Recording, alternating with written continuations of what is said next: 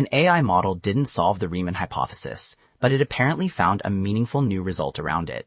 Welcome to the Automated Daily Hacker News Edition, the podcast created by generative AI. It's August 11th, 2026. I'm Trend Teller. Today, AI's reach into serious mathematics, Meta's push to bring agentic models onto local hardware, a sharp warning about search and the web's fading memory, a pair of privacy and policy stories, and notable updates from Sonic Pi and Squeak.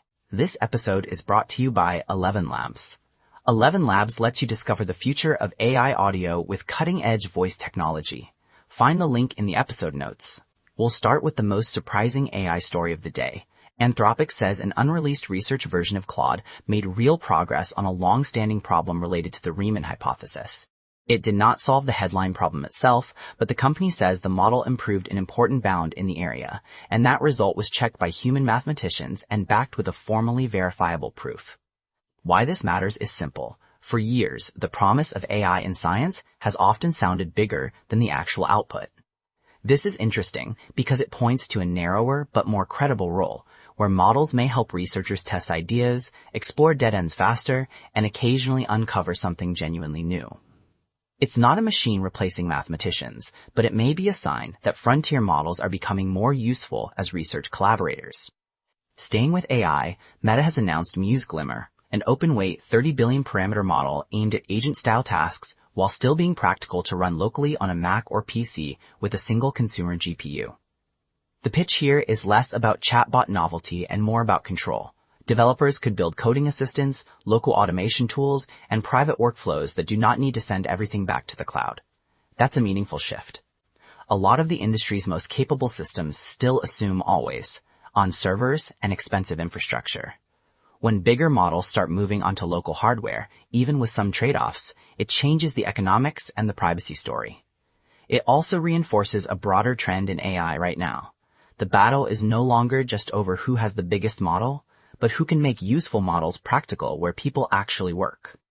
On the web itself, one essay drawing attention argues that search is becoming less reliable, not just because AI summaries sometimes get facts wrong, but because the internet's memory is decaying underneath them. The piece ties together familiar frustrations, link rot, disappearing archives, deleted media properties, and closed platforms where huge amounts of cultural and political conversation are never preserved in a durable public record. It also points to pressure on institutions like the Internet Archive, while AI answer boxes increasingly intercept traffic that used to send people to original sources. Even if you don't agree with every part of the argument, the bigger point lands.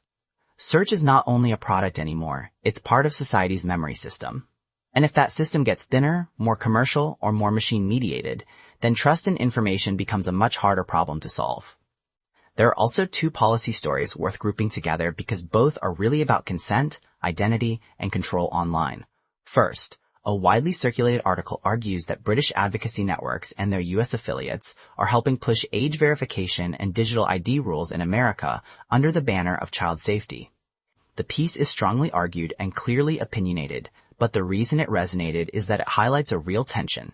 Measures aimed at protecting minors can also become infrastructure for reduced anonymity and broader censorship. Meanwhile, France is taking a more straightforward consumer protection path by banning unsolicited telemarketing calls, unless people have given prior consent. That law takes effect today, with significant fines for violations. Different issue, different mechanism, but the common thread is that regulators are moving away from opt-out models and toward explicit permission as the default. And finally, two long-running software projects got substantial updates. Sonic Pi version 5 is out, with a big focus on being easier to learn, more accessible, and stronger as a live performance tool. Better error messages, improved documentation, accessibility upgrades, and more flexible audio and controller support all make it more welcoming for newcomers while still serving experienced live coders. At the same time, Squeak 611 has arrived after a long gap, bringing a new tree browser, broader UI polish, debugging and workflow improvements, and the return of Objectland. These are not flashy mainstream releases, but they matter because they keep important creative and educational ecosystems alive. In a software world obsessed with constant replacement, it is refreshing to see mature tools becoming more usable instead of simply fading away. Thanks to our sponsor, Lindy. Lindy is your ultimate AI assistant that proactively manages your inbox, meetings, and calendar so you can focus on what actually matters. Find the link in the episode notes. That's it for today's edition. Links to all the stories we covered can be found in the episode notes. Thanks for listening to the Automated Daily Hacker News Edition. We'll be back with more tomorrow.